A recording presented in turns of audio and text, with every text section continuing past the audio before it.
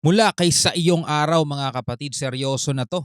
Sumugod daw mahigit 10,000 army ng India mga kapatid sa China front habang tumitindi ang tensyon. Alam niyo mga kapatid, sa balita ngayon na hindi lang Pilipinas at China ngayon ang may tensyon. Ito tumitindi rin mga tol yung tensyon ngayon sa pagitan naman ng India at sa China.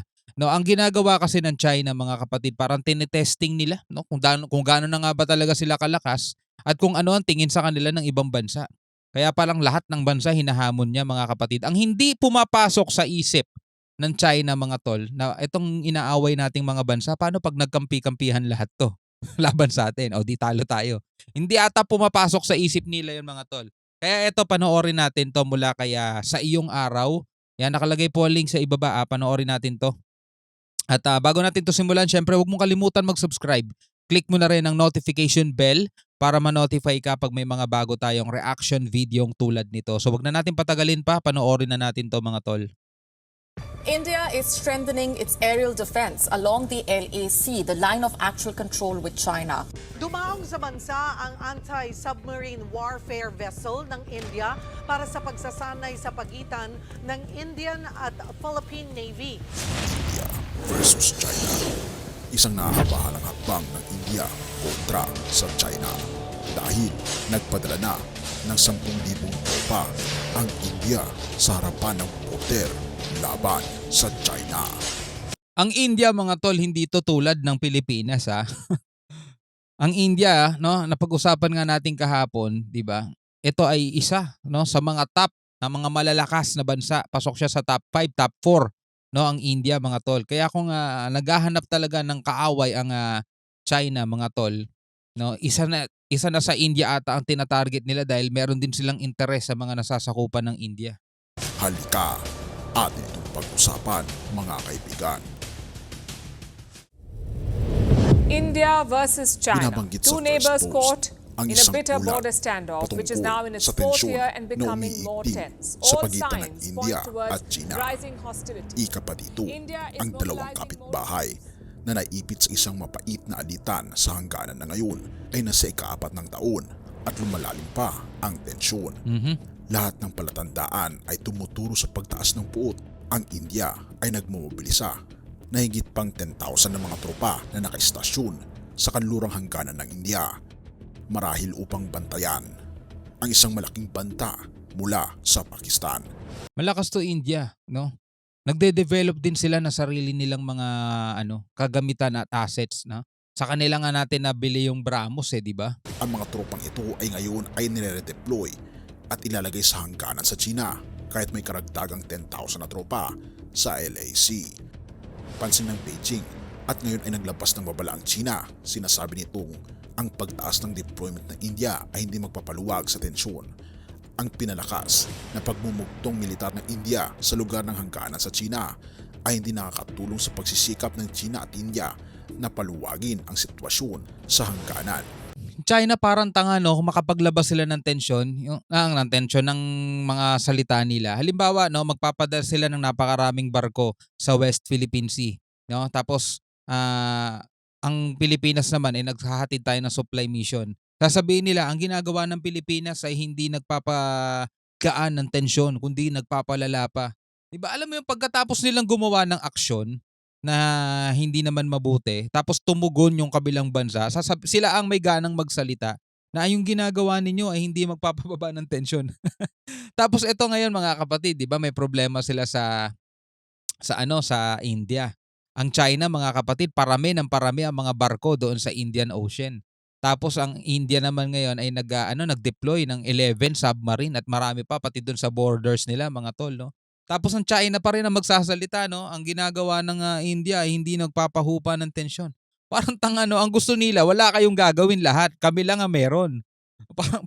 Parang sira ulo mag-isip no? O sa pagpapanatili ng kapayapaan at katahimikan sa lugar ng hangganan.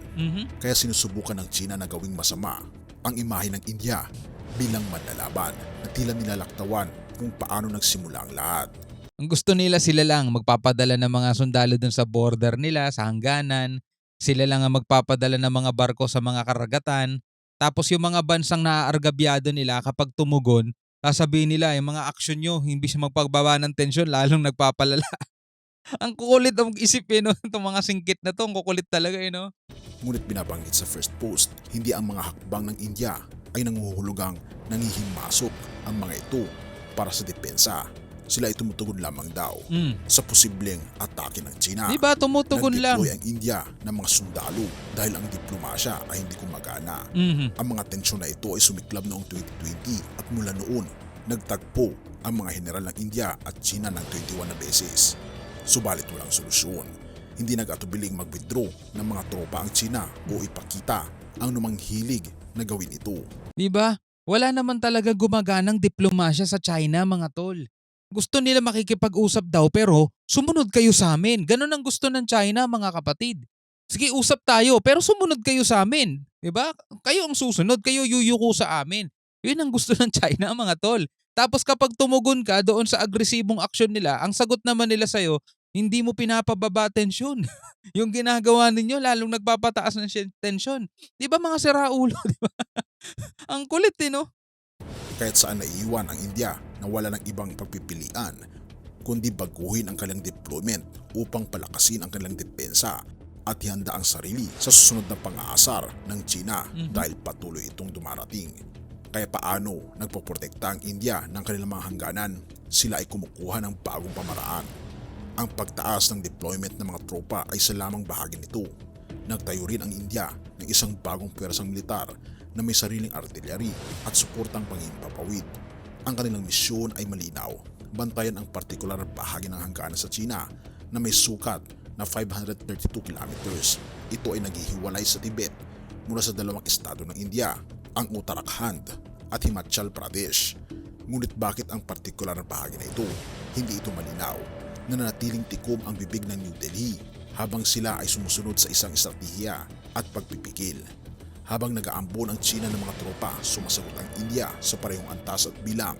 Kapag nagpapalakas ang China ng infrastruktura sa hangganan, ginagawa rin ito ng India. At kapag ikinukonekta mo ang punto na ito, makikita mo ang malaking larawan. Ang India ay nagiging matatag para sa pangmatagalang panahon sapagkat ang diplomasya ay maaari lamang magbigay hanggang sa isang tiyak na punto, lalo na sa isang malikot na customer tulad ng China. Tanging ang wika ng lakas ang kanilang iginagalang at ang kanilang mga salita ay hindi tugma sa kanilang mga gawa. Mula noong 2020, ang mga pangunahing punto ng hidwaan ay nanatiling hindi nalutas, lalo na ang dalawang punto ng pag-aalitan na Dieng Plains at Demchok.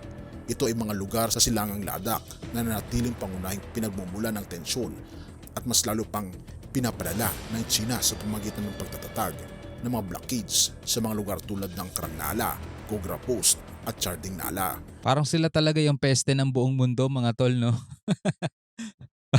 Parang sila sa kanila talaga, isa sila sa pagmumulan talaga ng pagkasira ng mundo eh. Inuulat ng bagong paglalaban noong Nobyembre 2022 nang magpakita ang mga Chino sa posting Atari.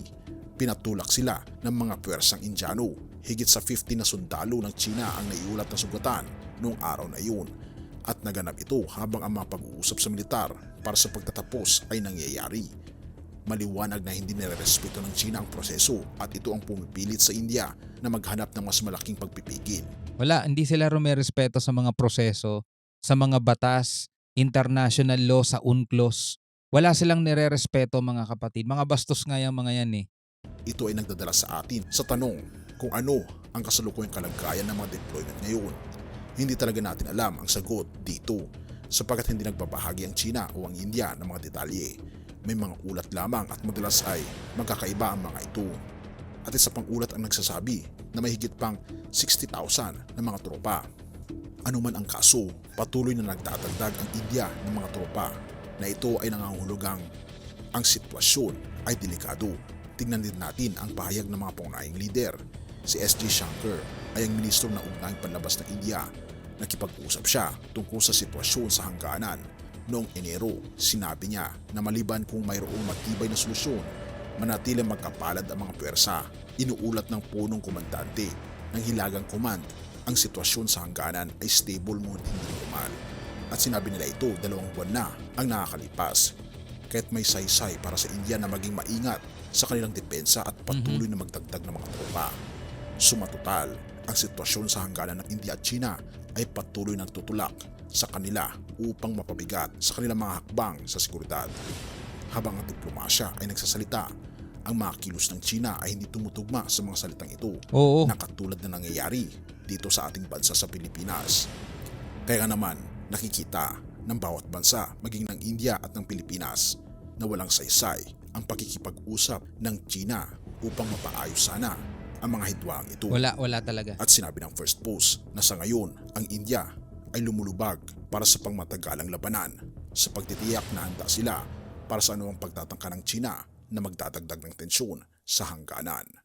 Mateo 24. Alam nyo mga tol, no, ang India, problema lang dito mga kapatid, kahit na isa sila sa mga mayayamang bansa, mga kapatid, ang dami ring mga mahirap sa kanila siguro dahil sa corruption din mga tol, no. Pero ang China, though maraming mahirap mga kapatid, pero iba yung pino-front nila, no. Iba yung image na ipinapakita nila mga tol, iba yung mga picture, iba yung mga video.